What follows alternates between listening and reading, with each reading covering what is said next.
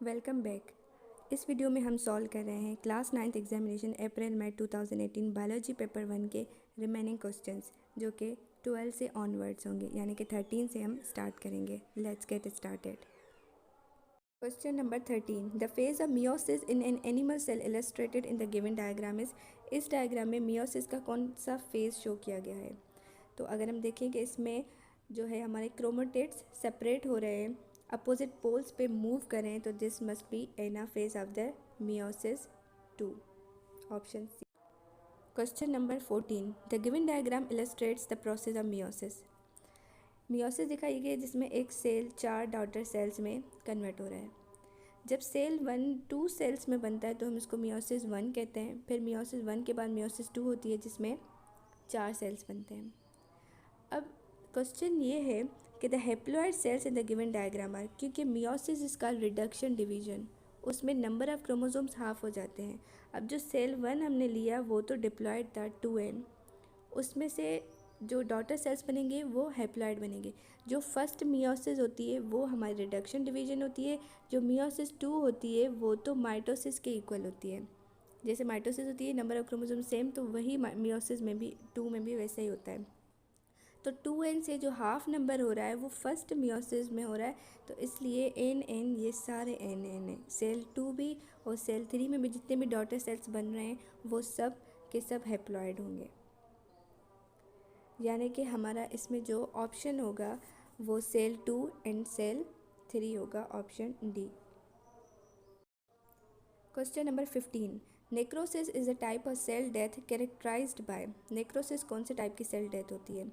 क्योंकि हमारे पास cell death के 2 टाइप्स होती हैं, नेक्रोसिस और एपोप्टोसिस। नेक्रोसिस वो सेल डेथ होती है जिसमें या तो उस सेल को, उस टिश्यू को ब्लड फ्लो कम हो गया है, या फिर कोई ऐसे एंजाइम्स वहाँ पे रिलीज़ हो रहे हैं जो उसकी ऑटोलाइसिस करवा रहे हैं। तो लाइसोजाइमल एंजाइम्स रिलीज़ हो रहे हैं, लीकेज हुए हैं, जिससे उसकी ऑटोलाइसिस हो गई है।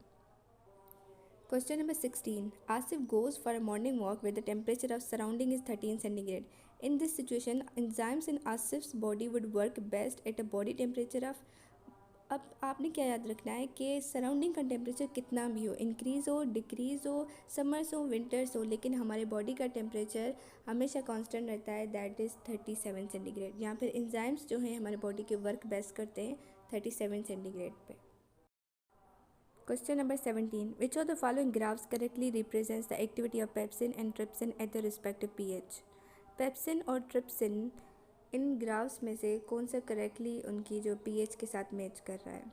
अगर हम ऑप्शन ए को देखें, उससे पहले मैं आपको बताना चाहूँगी कि पेप्सिन जो हमारा एंजाइम है वो स्टमक में प्रेजेंट होता है, और स्टमक में हमारे पास प्रेजेंट है HCl। HCl is hydrochloric acid. वो वहाँ के स्टमक के इन्वायरमेंट को एसिडिक रखता है, जहाँ पे pH जो है वर्क बेस्ट करता है।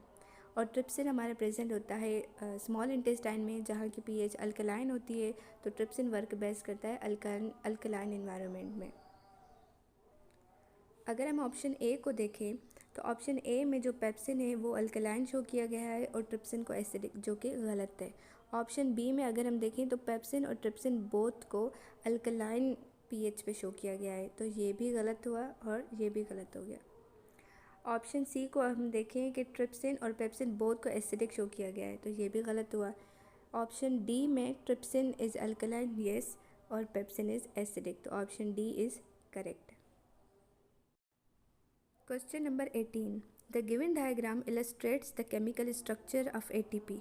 ATP की स्ट्रक्चर दिखाई गई है जिसमें ये 89 है बेस, ये राइबोस शुगर है और ये 3 फॉस्फेट्स हैं। अब क्वेश्चन ये है कि which labelled part of ATP provides energy when broken. इनमें से कौन सा पार्ट अगर ब्रेक होगा तो एनर्जी रिलीज़ होगी? तो बॉन्ड्स जो हैं फॉस्फेट वाले, वो जब ब्रेक होते हैं, फॉस्फेट रिलीज़ होता है, तब जाके एनर्जी ATP प्रोवाइड करता है, तो ऑप्शन 3 शुड बी करेक्ट, यानी कि C. Question number 19. The reduction of nicotinamide adenine dinucleotide phosphate NADP+ takes place during the light reactions of photosynthesis by. अब पूछ रहा है कि ये जो NADP+ है इसकी रिडक्शन करवानी है। रिडक्शन हम कहते हैं जब हाइड्रोजन की एडिशन हो किसी भी कंपाउंड में। जब हम NADP को हाइड्रोजन ऐड करेंगे तो hydrogen in the form of ion आती है। जब इसमें हम हाइड्रोजन आयन ऐड करेंगे तो ये हो जाएगा NaDPH। अब इसकी भी प्लस चार्ज जो हाइड्रोजन के पास थी और NaDP, ये हमारे पास 2 प्लस चार्ज होंगे। इन दोनों को न्यूट्रलाइज करने के लिए आएंगे 2 इलेक्ट्रॉन, यानी कि NaDP प्लस को जब हम NaDPH में कन्वर्ट करेंगे, उसको रिड्यूस करेंगे, तो हमें रिक्वायर है एक हाइड्रोजन आयन और 2 इलेक्ट्रॉन्स, यानी कि 19 का ऑप्शन ए करेक्ट है। Question number 20, the similarity between aerobic and anaerobic respiration is the. Anaerobic और एरोबिक रेस्पिरेशन की सिमिलरिटी क्या है? Complete oxidation of glucose, both में कंप्लीट ऑक्सीडेशन नहीं होती। एरोबिक में कम्प्लीटली ऑक्सीडाइज होता है, एनारोबिक में इनकम्प्लीटली ऑक्सीडाइज होता है क्योंकि एब्सेंस ऑफ ऑक्सीजन की वजह से। Production of equal amount of energy नहीं, एरोबिक में large amount of energy produce होती है, एनारोबिक में क्योंकि ग्लूकोज कम्प्लीटली ऑक्सीडाइज नहीं होता तो एनर्जी भी कम रिलीज होती है। Involvement of mitochondria in both reactions, aerobic और एनारोबिक रिएक्शंस बोथ जो है हमारे माइटोकॉन्ड्रिया में नहीं होते, एरोबिक माइटोकॉन्ड्रिया में होता है, एनारोबिक नहीं होता। Occurrence of oxidation reduction reaction, yes, aerobic हो या एनारोबिक हो, उन दोनों में होंगे reactions, both redox reactions. Question number 21, the given table shows the daily diet of Sania. Breakfast, lunch, dinner. Breakfast में वो ले रही हैं fried egg, 2 slices of bread. Egg में हमारे पास होते हैं प्रोटीन्स, ब्रेड में कार्बोहाइड्रेट्स, लंच में राइस है, चिकन है, सैलड है, डिनर में pasta, vegetables. This diet could be considered balance because it includes. Balance diet वो होती है जिसमें ऑल द एसेंशियल कंपोनेंट्स जो न्यूट्रिएंट्स हमारे प्रेजेंट हो, यानी कि कार्बोहाइड्रेट्स भी हों, लिपिड्स भी हों, फैट्स भी हों, हमारे प्रोटीन्स भी हों, वाइटामिन्स भी हों।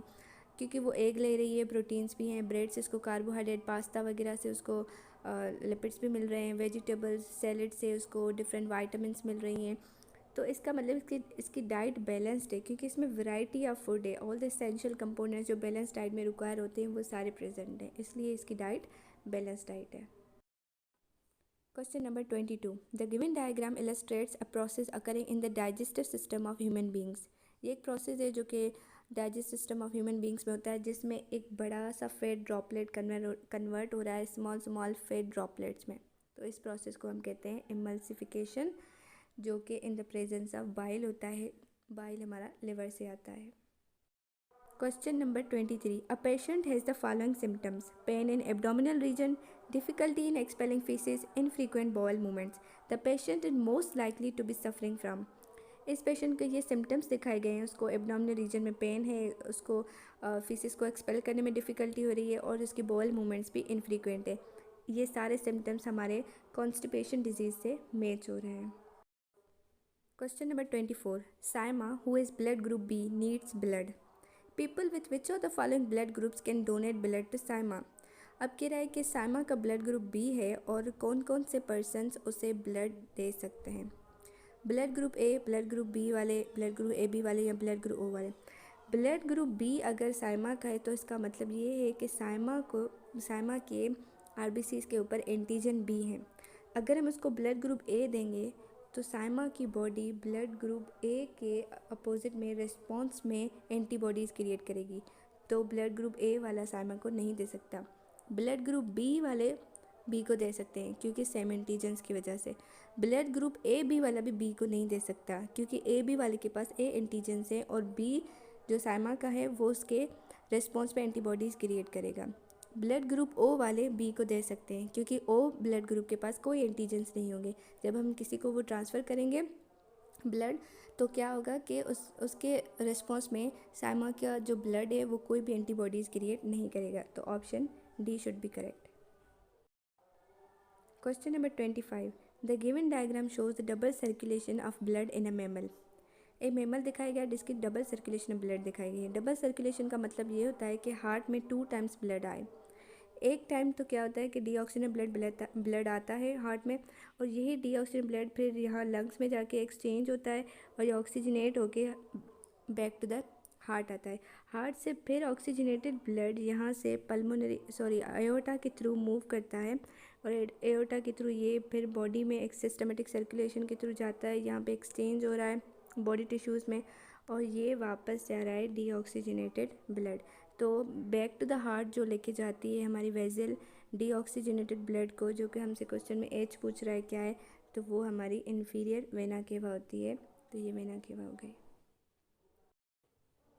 यहाँ पे हमने class 9th examination 2018 biology paper 1 के तमाम सारे क्वेश्चंस को सॉल्व कर लिया है। Will get back to you in another video. Till then, अल्लाह हाफिज़।